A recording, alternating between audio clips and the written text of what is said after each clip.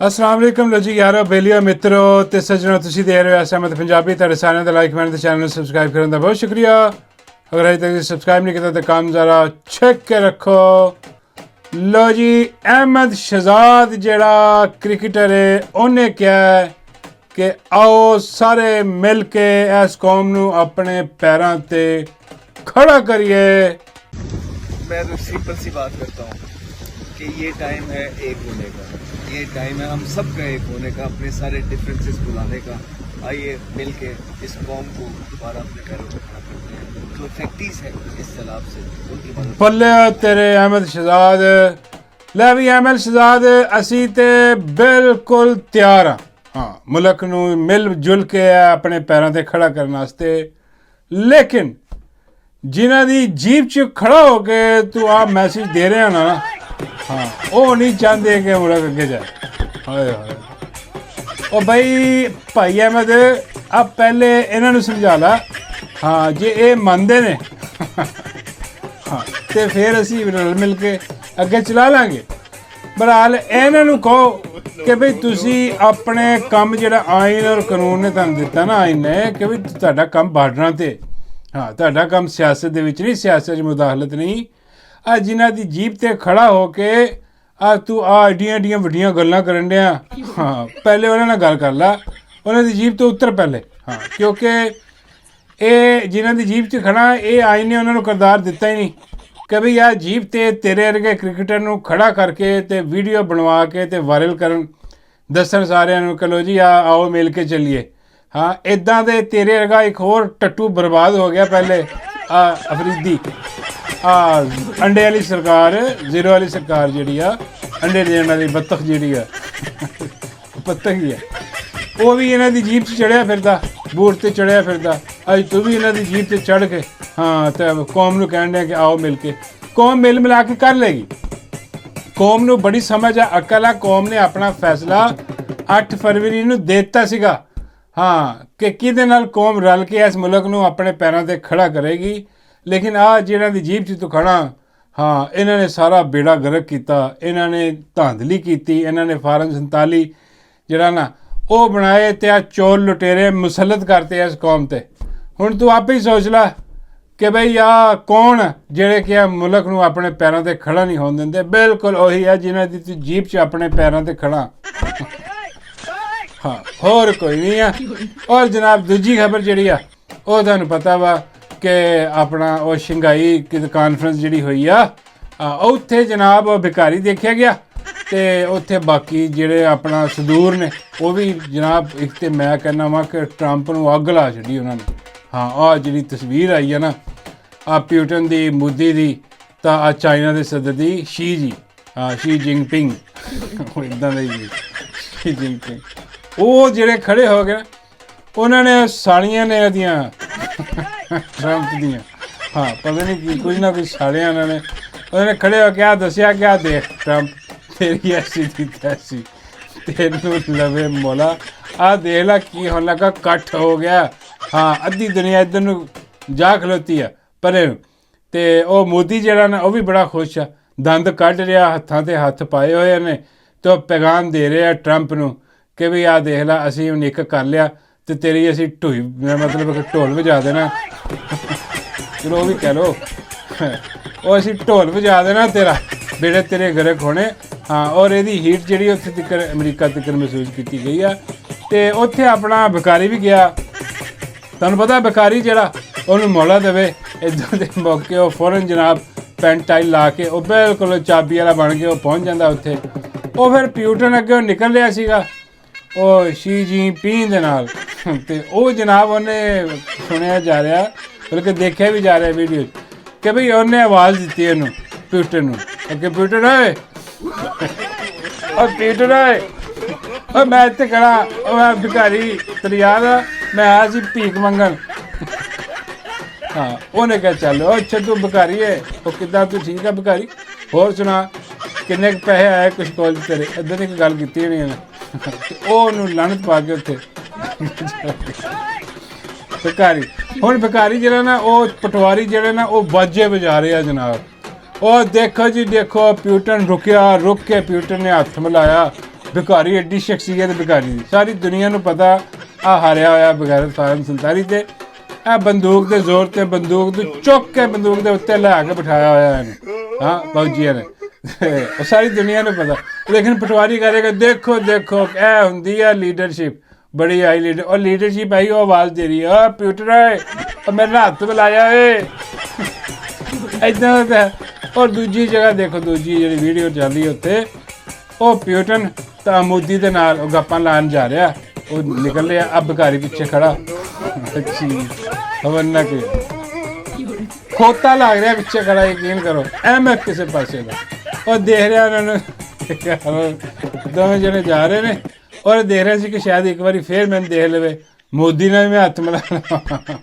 ਹਾਂ ਲੇਕਿਨ ਉਹ ਮਹਿਲ ਉਹਨੇ ਕਿਹਾ ਮੋਦੀ ਨੂੰ ਕਿਉਂਕਿ ਉਹ ਪਹਿਲੇ ਦੇਖ ਚੁੱਕਿਆ ਸੀਗਾ ਕਿ ਭਿਖਾਰੀ ਉੱਥੇ ਖੜਾ ਤੇ ਉਹਨੇ ਮੋਦੀ ਨੂੰ ਕਿਹਾ ਕਿ ਉੱਪਰ ਨਾ ਦੇਖੀ ਉਹ ਭਿਖਾਰੀ ਖੜਾ ਪਾਕਿਸਤਾਨ ਉਹਨਾਂ ਨੂੰ ਦੇਖੇ ਕੋਈ ਗੱਲਾਂ ਕਰਦੇ ਨਿਕਲ ਗਏ ਬਗੈਰ ਤੇ ਟੂਟ ਬਟੂਟ ਬਣ ਕੇ ਖੜਾ यार अकवाम आलम च बेइज्जती करवा रहे हैं साडी यार यहो जी बेगैरती जिहड़ियां ने यकीन करो अल्लाह माफ़ करे तौबा तौबा हर्जा सजाई हो रही है सारी जगह ते और उसदे बाद पाकिस्तान दे विच जो कुछ हो रहा वो जनाब हुण रहिंदी खहिंदी कसर जिहड़ी है सैलाब ते पहले आया ही सीगा हुण बारिशां इन्नियां पै रहियां पता नहीं तबाही आई पई है जद दा ਇਹ ਆਪਣਾ ਰਜੀਮ ਚੇਂਜ ਹੋਈ ਹੈ ਨਾ ਤੁਸੀਂ ਕਹਿ ਲਓ ਉਹਦੇ ਬਾਅਦ ਤਬਾਹੀ ਪਲੱਸ ਬਰਬਾਦੀ ਫਿਰੀ ਹੈ कोई ऐसा महीना कोई ऐसा साल नहीं जिहदे च बंदा कहे कि यार ये कोई थोड़ा जिहा चलो काबिले कदर कोई बेहतर है थोड़ा जिहा लेकिन नहीं इन्नी तबाही और जदों दा खास तौर पर आ फील्ड मार्शल साहब ने हलफ चुक्या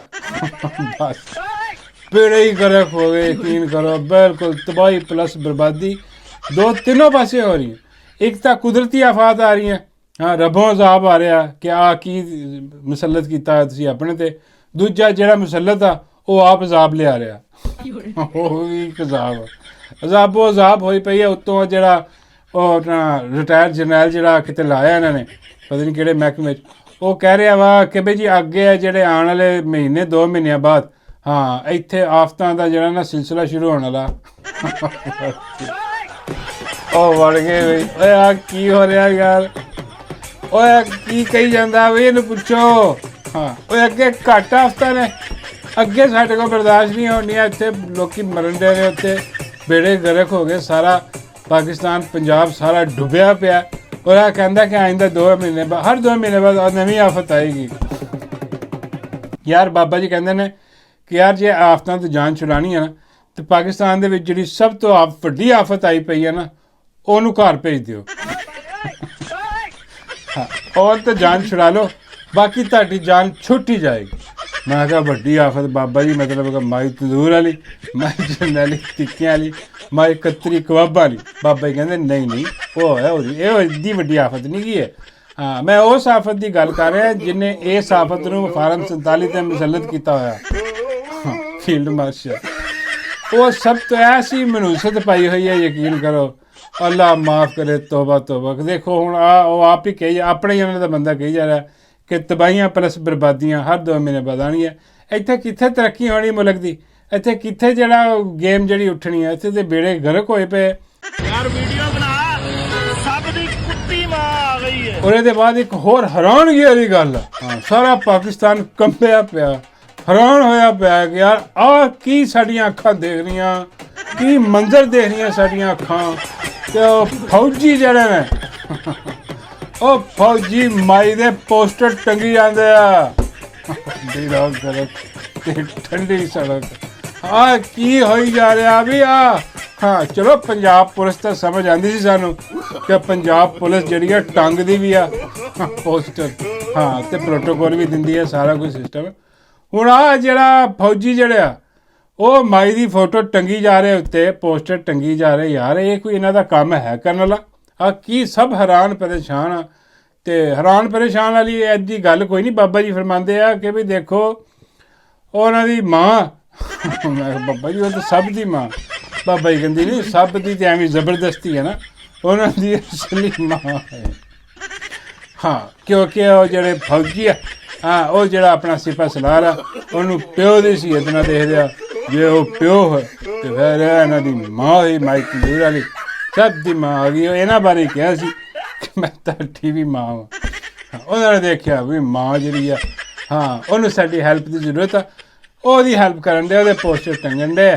ਕੌਮ ਨੂੰ ਕੋਈ ਹੈਲਪ ਦੀ, ਕੌਮ ਨੂੰ ਛੱਡੋ, ਦਫਾ ਕਰੋ, ਜੋ ਮਾਂ ਕਹਿੰਦੀ ਆ ਉਹ ਕਰੋ। ਬਈ ਆਰਡਰ ਵੀ ਉੱਤੋਂ ਇਹੀ ਆਏ ਹੋਣੇ ਆ ਕਿ ਵੀ ਮਾਂ ਦਾ ਖਿਆਲ ਰੱਖੋ। ਇਸ ਕਰਕੇ ਮਾਂ ਦੇ ਖਿਲਾਫ ਜਿਹੜਾ ਬੋਲਦਾ, ਸਭ ਦੀ ਮਾਂ ਦੇ ਖਿਲਾਫ, ਉਹਨੂੰ ਜਨਾਬ ਜਿਹੜਾ ਨਾ ਚੁੱਕ ਲੈਂਦੇ ਆ, ਡਾਲੇ ਭੇਜ ਦਿੰਦੇ ਆ, ਸਾਰਾ ਕਰ ਲੈਂਦੇ। ਲੇਕਿਨ ਆਹ ਹਰਕਤ ਜਿਹੜੀ ਹੈ ਨਾ, ਆਹ ਤਾਰੀਖ 'ਚ ਲਿਖੀ ਗਈ ਆ। ਮੈਂ ਕਹਿੰਦਾ ਵਾਂ ਕਿ ਇੱਕ ਗੱਲ ਤਾਹਿਰ ਕਾਦਰੀ ਸਾਹਿਬ ਦੀ ਬਿਲਕੁਲ ਠੀਕ ਸਾਬਤ ਹੋਈ ਆ।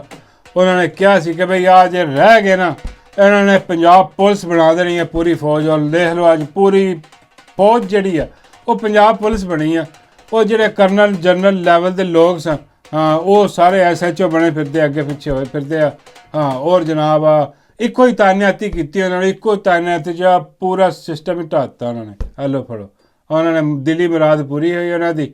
ਉਹਨਾਂ ਨੇ ਜਨਾਬ ਪੰਜਾਬ ਪੁਲਿਸ ਬਣਾਤੀ ਔਰ ਅੱਗੇ ਪਿੱਛੇ ਲੱਗੀ ਫਿਰਦੀ ਹੈ। ਮਾਈ ਦੇ ਪੋਸਟਰ ਟੰਗ ਰਹੇ ਨੇ। ਹਾਲਾਂਕਿ ਯਾਰ ਕੋਈ ਤੁੱਕ ਬਣਦਾ ਇੱਦਾਂ ਦੀਆਂ ਚੀਜ਼ਾਂ ਕਰਨ 'ਤੇ, ਕੋਈ ਦੇਖਣਾ ਚਾਹੀਦਾ ਵੀ ਜਿਹਨੇ ਇਹਨਾਂ ਦੀ ਡਿਊਟੀ ਲਾਈ ਆ ਕੋਈ ਕਰਨ ਵਾਲੀ ਹੈ ਗੱਲ। ਬਾਬਾ ਜੀ ਕਹਿੰਦੇ ਉਹਨਾਂ ਨੂੰ ਕਿਹੜਾ ਕੋਈ ਸ਼ਰਮ ਹਿਆ ਹੋਣੀ। ਹਾਂ, ਉਹਨਾਂ ਨੂੰ ਪਤਾ ਉਹ ਸਾਡਾ ਜਿਹੜਾ ਸਭ ਤੋਂ ਵੱਡਾ ਲੱਗਾ ਉੱਤੇ। ਹਾਂ, ਉਹ ਸ਼ਰਮ ਹਿਆ ਕੋਈ ਨਹੀਂ ਤੇ ਸਾਨੂੰ ਕਿਹੜੀ ਹੋਈ। ਉਹ ਜਿੰਨੇ ਫਾਰਮ 47 ਤੇ ਉਹਨੂੰ ਪੂਰੇ ਪੰਜਾਬ 'ਤੇ ਮੁਸੱਲਤ ਕਰ ਦਿੱਤਾ ਬਗੈਰ ਕਿਸੇ ਸ਼ਰਮ ਦੇ। ਤੇ ਉਹ ਫਿਰ ਇਹਨਾਂ ਨੇ ਤੇ ਆਪਣਾ ਪੋਸਟਰ ਹੀ ਟੰਗਣੇ। ਉਹ ਕਹਿੰਦੇ ਚਲੋ ਅਸੀਂ ਟੰਗ ਦਿੰਦੇ ਹਾਂ। ਹਾਂ, ਸਾਡਾ ਅਫਸਰ ਇਹਨਾਂ ਦੀ ਭੂਆ ਟੰਗੀ ਖਲੋਤਾ,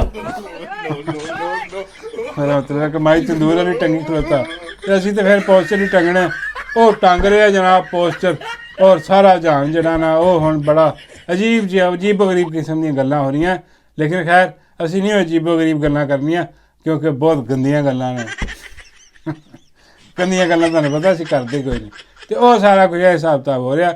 ਉਹਦੇ ਬਾਅਦ ਮਾਈ ਤੰਦੂਰ ਵਾਲੀ ਜਨਾਬ, ਹਾਂ, ਉਹ ਆਪਣੀਆਂ ਮਸ਼ਹੂਰ ਟਿਕਟੋਕਾਂ ਬਣਾ ਰਹੀ ਹੈ। ਉਹ ਆ ਕੇ ਬੱਚਿਆਂ ਨੂੰ ਉੱਥੇ ਕੋਈ ਫੂਡ ਸ਼ੂਟ ਵੀ ਖਿਲਾ ਰਹੀ ਹੈ। ਹਾਂ, ਤੇ ਅੱਗੇ ਜਿਹੜੀ ਰੱਖੇ ਟੇਬਲ ਹੈ, ਯਾਰ ਅੰਦਾਜ਼ਾ ਕਰੋ ਕਿ ਜਿੱਥੇ ਕੋਈ ਫੂਡ ਆ, ਫੂਡ ਵਾਲੇ ਡੱਬੇ 'ਤੇ ਵੀ ਮਾਈ ਦੀ ਤਸਵੀਰ ਤੇ ਮਾਈ ਦੇ ਅੱਬੇ ਦੀ ਤਸਵੀਰ। ਯਾਰ ਆਹ ਕੌਣ ਲੋਕ ਨੇ ਯਾਰ, ਕੌਣ ਮੁਸੱਲਤ ਕਰ ਦਿੱਤੇ ਸਾਡੇ 'ਤੇ। ਉਹ ਇੰਨੀ ਤਸ਼ਹੀਰ, ਉਹ ਮਾਈ ਤੂੰ ਆਪ ਬਜ਼ਾਤੇ ਖੁਦ ਸਾਹਮਣੇ ਬੈਠੀ ਆ, ਤੇ ਫਿਰ ਤੈਨੂੰ ਕੀ ਜ਼ਰੂਰਤ ਆ ਉਹ ਜਿਹੜੀ ਤੇ ਆਪਣੀ ਤਸਵੀਰ ਲੱਗੀ ਆ ਖਾਣ ਵਾਲੇ ਡੱਬੇ 'ਤੇ, ਉਹਨੂੰ ਅੱਗੇ ਕਰੇ ਤੂੰ। ਬਈ ਕੋਈ ਬਗੈਰਤੀ ਬੇਸ਼ਰਮੀ ਦੀ ਹੱਦ ਹੁੰਦੀ ਯਾਰ, ਇੰਨੀ ਤਸ਼ਹੀਰ। ਆਹ ਮਜ਼ਾਕ ਉਡਾਉਣ ਵਾਲੀ ਗੱਲ ਆ। ਜਿਹੜੇ ਗਰੀਬ ਵਿਚਾਰੇ ਆਪਣਾ ਜਿਹੜਾ ਨਾ ਘਰ-ਬਾਰ ਸਾਰੇ ਲੁਟਾ ਬੈਠੇ, ਉਹ ਸਾਹਮਣੇ ਆ ਕੇ ਬਹਿ ਕੇ 4 ਕਿਲੋ ਮੇਕਅਪ ਕਰਕੇ ਸਰਜਰੀਆਂ ਵਾਲੀ ਮਾਈ ਜਿਹੜੀ ਆ, ਉਹ ਆਪਣੇ ਡੱਬਿਆਂ 'ਤੇ ਵੀ, ਉਹ ਖਾਣ ਵਾਲੇ ਡੱਬਿਆਂ 'ਤੇ ਵੀ ਤਸਵੀਰਾਂ ਲਵਾ ਕੇ ਤੇ ਉਹਨਾਂ ਨੂੰ ਖਿਲਾਉਣ ਦੀਆਂ ਤਸਵੀਰਾਂ ਬਣਵਾਉਣ ਦੀ। ਔਰ ਦੇਖੋ ਅੰਦਾਜ਼ਾ ਕਰੋ, ਲੋਕਾਂ ਨੂੰ ਇਹ ਨਹੀਂ ਸਮਝ ਆ ਰਹੀ ਕਿ ਯਾਰ ਆ ਜਦੋਂ ਜਾਂਦੀ ਆ ਇਤਨੀ ਦੂਰ ਹੁੰਦੀ ਆ, ਖੜੀ ਹੁੰਦੀ ਆ, ਉੱਥੇ ਜਾ ਕੇ ਖਿਤਾਬ ਕਰਦੀ ਆ ਕੋਈ ਨਾ ਕੋਈ। ਤੇ ਬਈ ਕੈਮਰੇ ਵਾਲਾ ਮੈਨ ਤਾਂ ਬਹੁਤ ਦੂਰ ਹੁੰਦਾ ਜਿੱਥੋਂ ਬਣਾ ਰਿਹਾ ਹੁੰਦਾ। ਹਾਂਜੀ, ਤੇ ਉਹ ਇਹਦੀ ਕਲੀਅਰ ਆਵਾਜ਼ ਕਿੱਥੋਂ ਆਉਂਦੀ ਉਹਦੇ ਕੋਲ? ਇਹਦੇ ਇਰਦ ਗਿਰਦ ਤਾਂ ਮਾਈਕ ਵੀ ਨਹੀਂ ਹੁੰਦਾ। ਕੀ ਚੱਕਰ ਆ? ਉਹ ਚੱਕਰ ਜਿਹੜਾ ਨਾ, ਉਹ ਫਿਰ ਬਾਬਾ ਜੀ ਨੇ ਮੈਨੂੰ ਦੱਸਿਆ। ਮੈਂ ਕਿਹਾ ਬਾਬਾ ਜੀ ਕੀ ਚੱਕਰ? ਬਾਬਾ ਜੀ ਕਹਿੰਦੇ ਉਹੀ ਚੱਕਰ ਆ, ਗੋਲ ਚੱਕਰ। ਮੈਂ ਕਿਹਾ ਬਾਬਾ ਜੀ ਗੋਲ ਕਿਹੜਾ ਚੱਕਰ? ਬਾਬਾ ਜੀ ਕਹਿੰਦੇ ਗੋਲ ਚੱਕਰ ਜਿਹੜੇ ਨੇ ਨਾ ਮਾਈਕ ਉਹਨਾਂ ਦੇ ਕਰੀਬ ਹੁੰਦਾ। ਮੈਂ ਕਿਹਾ ਯਾਰ ਬਾਬਾ ਜੀ ਕੀ ਗੱਲ ਕਰ? ਬਾਬਾ ਜੀ ਕਹਿੰਦੇ ਹਾਂ, ਮਾਈ ਨੇ ਆਪਣੀ ਚਾਦਰ ਦੇ ਥੱਲੇ ਮਾਈਕ ਲਗਾਇਆ ਹੁੰਦਾ। ਹਾਂ, ਇਹ ਗੋਲ ਚੱਕਰ ਆ ਜਿਹੜਾ, ਸਮਝ ਆਈ ਨਾ? ਮੈਂ ਕਿਹਾ ਹਾਂਜੀ, ਹੁਣ ਲੱਗ ਗਈ ਸਮਝ। ਬਾਬਾ ਜੀ ਕਹਿੰਦੇ ਮਾਈ ਨੇ ਚਾਦਰ ਥੱਲੇ ਪੱਟੀ ਬੰਨੀ ਹੁੰਦੀ ਹੈ, ਉਹ ਪੱਟੀ ਦੇ ਉੱਤੇ ਮਾਈਕ ਲਾਇਆ ਹੁੰਦਾ। ਉਹ ਪੱਟੀ ਹੁਣ ਡਿਫਰੈਂਟ ਕਲਰ ਦੀ ਹੁੰਦੀ ਹੈ, ਕਦੀ ਲਾਲ, ਪੀਲੀ, ਨੀਲੀ, ਗੁਲਾਬੀ। ਨਹੀਂ ਯਾਰ ਕੀ ਗੱਲ ਕਰ ਰਹੇ ਪਤਾ ਨਹੀਂ। ਬਾਬੇ ਕਹਿੰਦੇ ਬਾਈ ਹਾਂ, ਉਹ ਪੱਟੀ 'ਤੇ ਲਾਇਆ ਹੁੰਦਾ ਉਹਨੇ ਮਾਈਕ, ਅਤੇ ਉੱਤੇ ਕੱਪੜੇ, ਕਿਉਂਕਿ ਮਾਈਕ ਥੱਲੇ ਮਾਈਕ ਲਾ ਕੇ ਅਤੇ ਫਿਰ ਕੱਪੜੇ ਪਾਉਂਦੀ ਹੈ, ਤਾਂ ਕਿ ਆਵਾਜ਼ ਜਿਹੜੀਆਂ ਨਾ ਟੱਲੀ ਹਾਰ ਜਾਏ ਉੱਥੇ। ਮਾਈ ਚਾਹੇ 1 ਮੀਲ ਦੂਰ ਖੜੀ ਹੋ ਕੇ ਬੋਲੇ, ਹਾਂਜੀ, ਲੇਕਿਨ ਕੈਮਰਾਮੈਨ को ठक करके आवाज़, क्योंकि माइक थले लगा होंगे, क्योंकि माइक पूरी तैयारी करके निकलती है घरों। बिल्कुल बाबा जी कहते एक माइक लगा होंगे माई दे नाल, ते एक तस्वीर माई दे नाल हमेशा होंदी है। मैं कहा बाबा जी तस्वीर भी उत्थे माइक दे नाल ही होंदी किते?